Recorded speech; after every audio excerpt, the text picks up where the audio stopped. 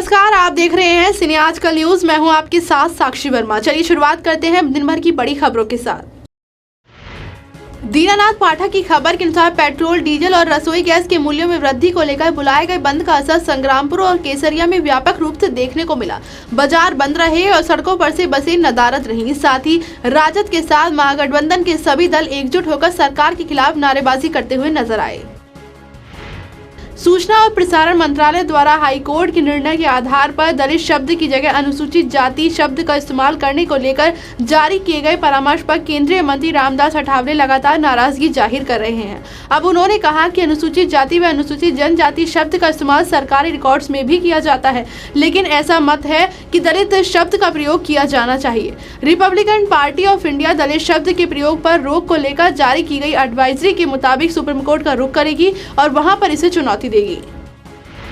प्रधानमंत्री नरेंद्र मोदी ने देश के हजारों आंगनबाड़ी और आशा कार्यकर्ताओं को वीडियो कॉन्फ्रेंसिंग के जरिए बातचीत कर कहा कि केंद्र सरकार देश में पोषण और बेहतर स्वास्थ्य की सेवाओं के मुद्दे पर पूरा ध्यान देते हुए काम कर रही है, जिससे गर्भवती महिलाओं का निःशुल्क इलाज करवाने वाले डॉक्टरों का आभार व्यक्त करना चाहता हूं।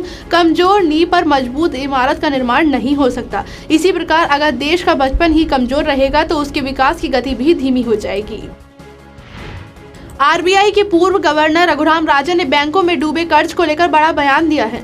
मुरली मनोहर जोशी की अध्यक्षता वाली संसद को प्राक्कलन समिति को भेजे गए जवाब में राजन ने घोटालों की जांच में देरी और फैसले लेने में देरी की वजह से बैंकों का डूबा कर्ज एनपीए बढ़ता चला गया। राजन ने बताया कि बैंकों में जोम्बी लोन को एनपीए में बदलने के बचाने के लिए ज्यादा लोन दिए। बैंकों का अति आशावादी होना घातक साबित हुआ। लोन देने में सावधानी नहीं रखी गई। इसके साथ ही जितने लाभ की उम्मीद की गई उतना लाभ नहीं हो पाया।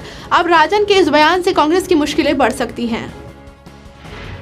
असम में लागू हुए एनआरसी के मुद्दे पर काफी राजनीतिक बवाल मचा था और अब इसे बीजेपी के महासचिव राम माधव ने इस मुद्दे पर लेकर एक बड़ा बयान दिया है। उन्होंने कहा कि एनआरसी ने सभी अवैध प्रवासियों की पहचान सुनिश्चित हो सकेगी। अगला कदम मिटाने का होगा। अब सभी अवैध प्रवासियों के नाम मतदाता सूची से हटाकर रख दिए जाएंगे और इन्हें सभी को सरकारी लाभों से भी वंचित कर दिया जाएगा। इसके अगले चरण में अवैध प्रवासियों को देश से बाहर कर दिया जाएगा।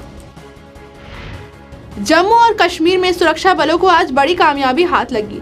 कश्मीर के हंदवाड़ा के गुलेरा इलाके में सुरक्षा बलों ने 2 आतंकियों को मुठभेड़ में मार गिराया। बताया जा रहा है कि सुरक्षा बलों को इलाके में आतंकियों के छिपे जाने की सूचना मिली थी, जिसके बाद उन्होंने तलाशी अभियान चलाया। इस दौरान आतंकियों ने उन पर गोलीबारी शुरू कर दी। सुरक्षा बलों ने मोर्चा संभाला और जवाबी कार्रवाई में 2 आतंकियों को ढेर कर दिया। कांग्रेस पार्टी को एक बड़ा झटका लगा है। दिल्ली हाईकोर्ट ने सोनिया गांधी और राहुल गांधी की उन याचिकाओं को खारिज कर दिया है जिनमें उन्होंने 2011-12 के अपने कर निर्धारण की फाइल दोबारा खोले जाने की चुनौती दी थी।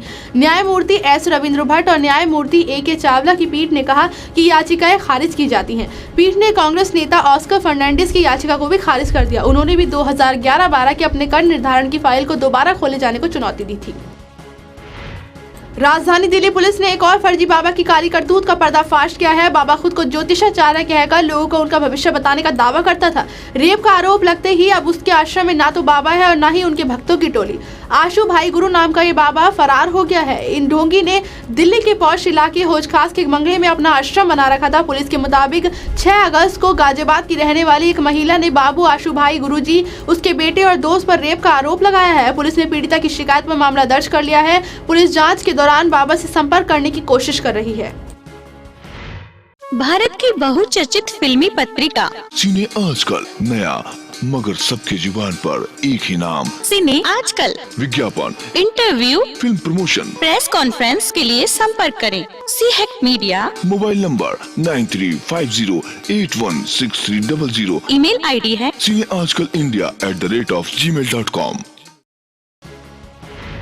बिहार में फिर एक बार मॉब लिंचिंग का मामला सामने आया है। ये दिल दहलाने वाली वारदात सीतामढ़ी की है, जहां बिहार में सुशासन फिर सवालों के घेरे में खड़ा हो गया है। जहां भीड़ ने बिना कुछ सोचे समझे एक बेगुनाह युवक को पीट कर मार डाला। युवक अपनी दादी की बरसी के लिए सामान लेने के लिए सीतामढ़ी जा रहा था। इस मामले में पुलिस की भी बड़ी लापरवाही सामने आई है। फिलहाल पुलिस ने 150 लोगों के खिलाफ मामला दर्ज कर लिया है। नेपाल ने भारत से अपने ऐतिहासिक और पौराणिक रिश्तों को दरकिनार कर दिया है। नेपाल पर चीनी असर साफ दिखने लगा है। दरअसल नेपाल को भारत में होने वाले बिस्मटैक देशों के सैन्य अभ्यास में हिस्सा लेना था। नेपाल और भारत की सेना एक साथ मिलकर ये सैन्य अभ्यास करना चाहते थे, लेकिन नेपाल ने पिछले कुछ दिनों ही भारत को झटका दे दिया और उसने भारत के साथ ये सैन्य अभ्यास करने से साफ मना कर दिया। अब वो अपने पड़ोसी देश चीन के साथ अपना सैन्य अभ्यास जारी करेगा। यूपी के ग्रेटर नोएडा में एक ससुर और दामाद ने फिरौती के लिए अपने पड़ोस में रहने वाले एक मासूम बच्चे का अपहरण कर उसे मौत की घाट उतार दिया। दोनों आरोपी लगातार बच्चे के घर वालों से फिरौती की मांग कर रहे थे। इसी बीच उन्होंने बच्चे का गला दबाकर उसकी हत्या कर दी। नोएडा पुलिस ने दोनों आरोपी ससुर जयनंद और दामाद मनीष को गिरफ्तार कर मामले का खुलासा कर दिया है। आरोपियों ने पूछताछ में बताया कि बीती 7 सितंबर को सूरजपुर के उन्होंने अपने पड़ोसी सूरज के यहाँ से 7 वर्षीय बेटे सुंदर को टॉफी देने के बहाने अगवा कर लिया था और गला दबाकर मार दिया। देश के सबसे बड़े बैंकिंग घोटाले का आरोपी मेहुल चौकसी जांच एजेंसियों के शिकंजे से बाहर है। वहीं दूसरी तरफ मेहुल चौकसी एंटीगुआ में बैठकर एजेंसियों को ही गलत साबित कर रहा है।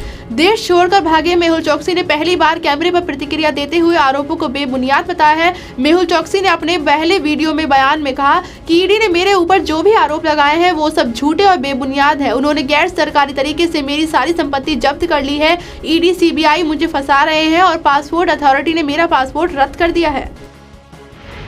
अमेरिका ने पाकिस्तान की नई सरकार को चेतावनी दी है। अमेरिका ने पाक में कहा कि दोनों पक्षों के बीच बातचीत तभी संभव है जब पाक सरकार आतंकी समूहों के खिलाफ कार्यवाही करेगी। अमेरिका के वरिष्ठ अधिकारी ने कहा कि दोनों देशों के बीच बातचीत तभी संभव हो पाएगी जबकि आतंकी बुनियाद पर ये बात न की जाए।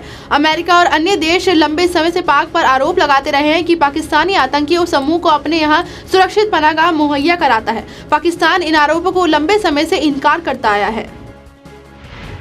देश में लगातार बढ़ते पेट्रोल और डीजल के दामों में आज भी इजाफा हुआ। आज दिल्ली में पेट्रोल 14 पैसे की बढ़त के साथ 80 रुपये 87 रुपये प्रति लीटर पर पहुंच गया, जबकि डीजल ने भी 14 पैसे प्रति लीटर की बढ़ोतरी हुई। इसके दाम 72.97 रुपये प्रति लीटर पर पहुंच गए। दूसरी ओर मुंबई में पेट्रोल की कीमतें 14 पैसे की वृद्धि के साथ 88.26 प्रति लीटर पर पहुँच गई और डीजल में भी 15 पैसे की बढ़ोतरी के साथ लीटर में वृद्धि इसकी 77.47 रुपये प्रति लीटर पर पहुँच गई। टीवी शो की सबसे पॉपुलर स्टार जेनिफर वेंकट इन दिनों बेपनाह सीरियल में जोया के किरदार में नजर आ रही हैं। हाल ही में जेनिफर ने अपने एक बोल्ड शूट करवाया है। इस फोटोशूट में एक्ट्रेस अपने इंडियन लुक को छोड़कर ग्लैमरस अंदाज में नजर आ रही हैं। जेनिफर ने अपने फोटोशूट की कई तस्वीरें इंस्टाग्राम पर शेयर की हैं। ये शूट एक्ट्रेस ने एक शूज ब्रांड के लिए करवाया है। दिन भर की बड़ी खबरों में फिलहाल मेरे साथ सिर्फ इतना ही। देखते रहिए सिने आजकल न्यूज। नमस्कार। लोकतंत्र का चौथा स्तंभ है मीडिया। पूरे देश की खबर, देश ही नहीं विदेशों की खबर, हर खबर पर होगी पैनी नजर। खबरें ही नहीं, साथ में होगा भरपूर मनोरंजन। जी हां, तो देखते रहिए CM इंडिया टीवी, खबरों की हकीकत मनोरंजन के साथ।